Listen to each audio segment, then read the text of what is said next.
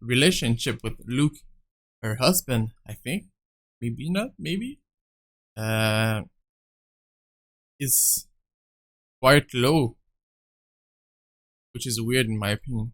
Anyway, he is more Luke's friend than mine, really, and I am quite sure I only invited his wife.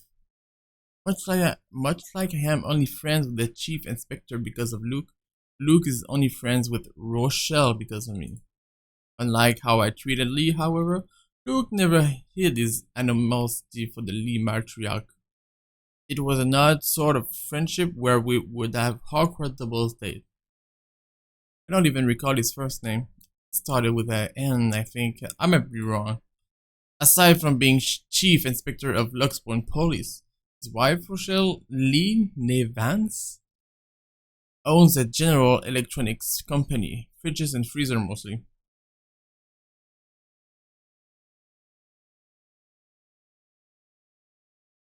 Oh my god, I forgot to turn on the... Once again.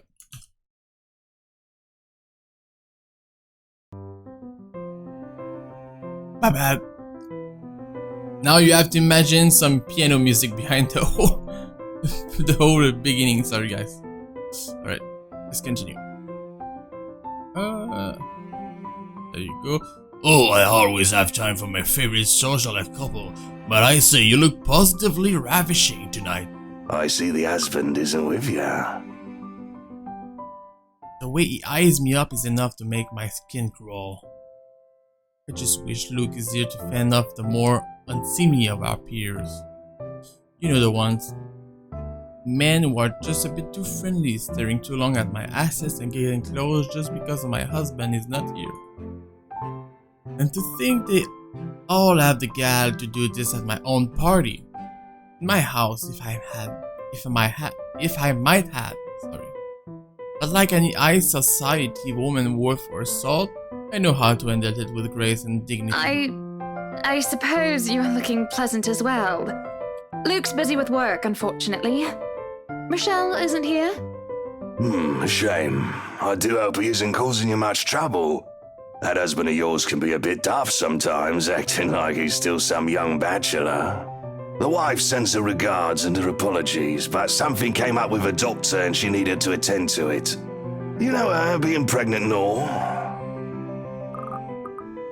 I'm pretty sure that who is Ashton knows this guy because he is a policeman. You make small talk. Rather, I'm forced to do so, as he would not leave my side after finding his place there. Much to my chagrin, I've been extricated from the few who flock in hopes of flattering, for I can tolerate them far better than he. He is nice enough. Jesus, I have some trouble tonight. He is nice enough a person, and I adore his wife, who is obviously the brains behind the two. But there is something unsettling about him. I do not trust him as much as I want to. He regaled to me tales of the Luxbourne Police Department, a different affair to the usual gossip I am privy to, and though I loathe to admit, is interesting nonetheless. I expect the topic of business to die out quickly, which would be understandable enough due to confidential nature of his work. But oh boy, was I wrong. So, we're in civvies, I steal and drive off with one of the police mobiles, right? In the mirror, I see the new tank chasing on foot and screaming about theft. The look on his face was priceless when I parked it in the garage. Oh my. You made him chase you all the way home for a prank. What did Rochelle have to say about that? Rochelle has a strange love and hate affair with Lee. He is a married man who did not grow up past his early 20s, judging by the way he acts. Surprisingly enough, they've been married for a good 20 years. A lifetime if you compare it to my marriage of 7 years with Luke. I, on the other hand, well, Luke is no Lee. I should be happy about that, I suppose. Although my darling did have his moments. Hey, the wife pulled my ear and gave me a good talking to, though. Besides, we live in a flat a block away, so it wasn't much of a grand chase. Weren't you living in a house near the countryside? Move for work, you know. Or you probably don't. No, I don't. But a flat in downtown? I suppose if that's what you like. Oh, it's horrid. Hate that tiny place, no matter how convenient it can be for work. 55 square yards are not enough when you need to get away from the wife. I wouldn't mind a place away from the city. Even started looking at the ads. I spied an interesting lot, actually. Heard it was finally put up for sale. Or that something mansion, you know the one with all the ghost stories. I know what he is talking about. There are really only a few urban legends around here. It's... The Ermagood Mansion? That's the one. Worthy of a king it is. I'd buy it myself, but Rochelle would only gripe if I brought it up to her. Not to mention all the expenses a place like that will be a real fixer-upper. You also have to find someone willing to work there with how superstitious people can be. If it becomes a problem, just hire someone to do an exorcism. Actually, I do know of someone who could be up to the task. You remember the Ludgates party at their Christchurch summer residence? Of course. It was an excellent soiree. Everything was so classy, too. Such good taste. Her eyes are so freaky. Kinda scares me a bit. Oh, that place was a pigsty until they hired out this interior designer and they turned it into a bloody palace. She worked for the Exodus for their apartment in Soho too, and they recommended her when we were looking up pieces for our beach house in Porto Colom. I think I have a business card No, I must have left it in my other jacket. Anyway, she's called, what's her name? Marianne, I believe, yes. Oh, so that's how she got in touch with McCullough. But truly, if anyone were to get that place in McCullough, well, they'd be the envy and the talk of the town. Well, if you put it that way, I might just snatch it up for myself. This place was starting to feel a bit small lately anyway. Sure, a 3-story penthouse might not fit the definition of small for some people. Okay, maybe a lot of people, but it's not big enough to have a grand parties in. As it is, I only invited about 30 people to this one, and it already feels cramped in here. It certainly would be nice if I did not have to ride an elevator up and down several floors before I can get anywhere as well. All Luke's words are not mine. Besides, I have been looking for a good anniversary gift. Luke might like this one. Where is he anyway? October 21, Friday.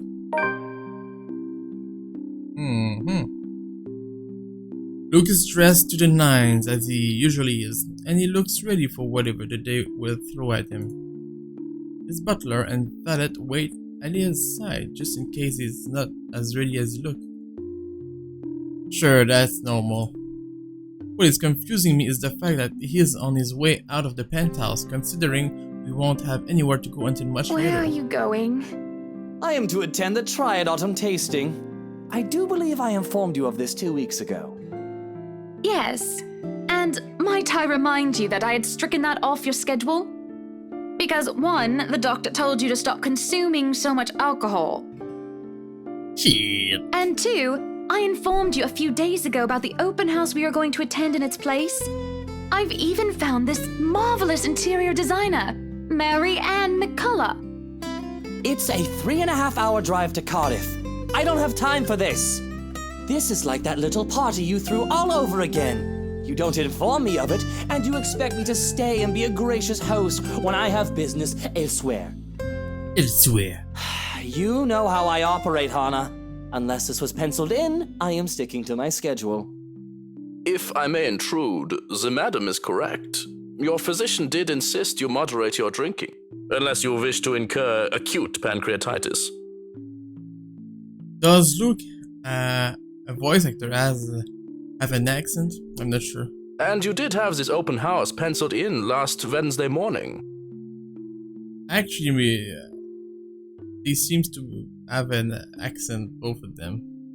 I wonder what place they could come from. Bullocks, I don't remember doing so. They sound British, but at the same time, not really. Anyway. Well, you did. While very hungover, in fact. He did. Moaned about me being too loud but gave in after some pushing. Perhaps that was a bit too cruel and manipulative of me, but Whose side are you on? Come on, Luke. You promised we'd do whatever I want this weekend. shit. Gordon Bennett, fine. I am giving this house tour of yours a chance. Gordon Bennett? What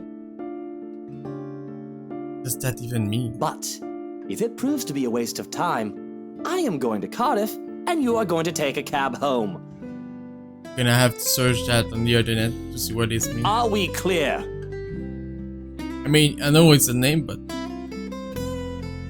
what's the meaning behind expression, you know? Anyway, it's just a bit of a husband and wife tit for that, isn't it? All couples have their arguments. Once the honeymoon phase is over, as they seem to call it, reality sets in that you and your partner might not always see eye to eye. Perhaps it has been the years. 7 of them is nothing to scoff I at. just cannot bloody believe I agreed to this. I was really looking forward to the triad tasting. Though sometimes I think it's something a bit more than just simple disagreements, and I have to stop myself from wondering where we went wrong. There's always the Triad Christmas tasting in Manchester next month, and that'll only be an hour and a half drive. Have I been neglectful? Have I offended? Have I acted shamefully? Yes, but Cardiff. Certainly, any problem can be discussed, as long as it doesn't turn me away. Well, there goes my good mood. Are you happy now, Hannah? Why must he treat me this way?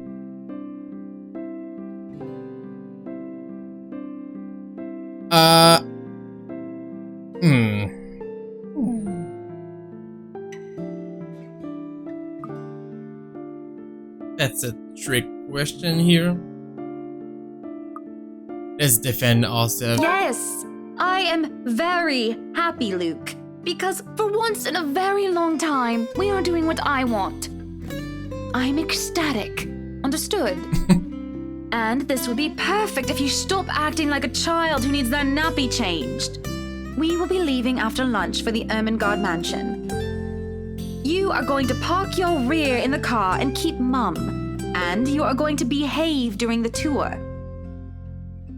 Needless to say, Luke looks a bit shocked at my little outburst. He opened and closed his mouth a few times, struggling to reply, before he crosses his arms to look like, well, a moping child. Any more rules for this little excursion of yours, Your Highness? No wine. No way. No wine. Unacceptable! I am already not allowed to the tasting, and you would deprive me of that simple pleasure? If I see you take one sip today, I will put the stocks under lock and key. Do you understand me? Don't forget the bottles he keeps in his dresser. Whose side are you on? How many times in one day can you ask that? As many times as I need you, traitor. Traitor! The ride to the mansion is quiet, with Luke having stared out the window the entire way, not paying attention to anything around him. Meanwhile, I am conflicted. I don't know if I should apologize for changing his plans like that. But by the time we arrive at the mansion and I see his eyes light up in genuine interest, apologizing is the last thing on my mind. The whole affair with the Ermengarde mansion is certainly an interesting experience. The place had been renovated and restored by the owners at what they claim to be acceptable standards. The mansion itself looks like something befitting of a fairy tale or a period piece. It is tastefully decorated, and with a little bit of love and attention, I'm sure it can be a place like Luke and I can call home. And the number of other prospective buyers that have come from the powerful and wealthy of Luxbourne certainly did not disappoint, marking this estate as prime property.